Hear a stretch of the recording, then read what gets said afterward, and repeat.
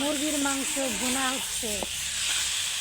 ভুনা না, এখন হচ্ছে ভাজি, পরে হবে ভুনা, তারপর হবে আলুর মধ্যে গোসল করবে, ঝোলের মধ্যে গোসল করবে। দেখতে থাকুন, সাথে থাকুন, পাশে থাকুন।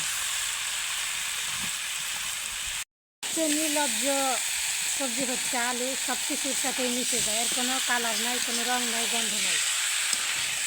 যার মাঝে দিবেন সব কিছুর সাথেই মিশে যাবে। এই জন্য যা যা কথা দিয়ে কথা রাখে না, এখানে এক কথা ওইখানে এক কথা। যাদের কথা এবং কাজে মিল নাই, এই জন্য তাদেরকে বলে আলুর চরিত্র। আসলে বাস্তব সত্যি কথা এটা।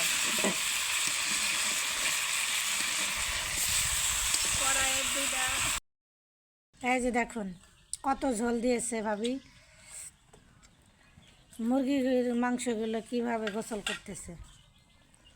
আর দেখে পানি, হায় হায়।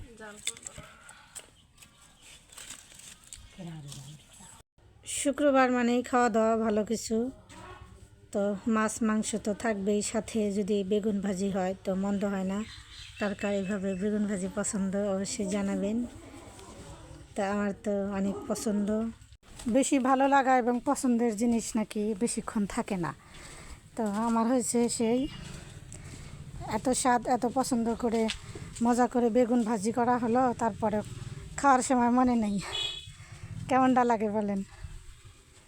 এবার কিছু টিপস দেই, শুনুন। কাউকে ছোট ভেবে দূরে ঠেলে দিও না, অন্ধকারে লুকিয়ে থাকে আলো। ঠিক সুযোগ পেলে যে অসম্পূর্ণ বলে অখ্যাত, সেই একদিন ইতিহাস লিখে যায়। শুধু এই কথাটা মনে রাখবেন সবাই।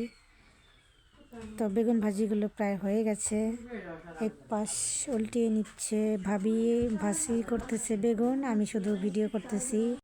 কোনোদিনও ভিডিওতে ভয়েস দিয়ে শান্তি পাইলাম না, সাইটের কথা থাকবেই। বড় ফ্যামিলিতে থাকলে এটা একটা সমস্যা। তারপরেও নিজের মতো করে ভিডিওতে ভয়েস দেওয়ার চেষ্টা করতেছি। তো সবাই আশা করি দেখবেন ভিডিওটা।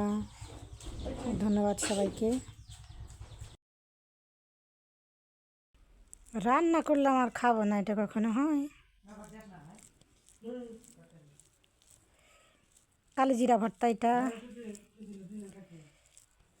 বিসমিল্লাহ।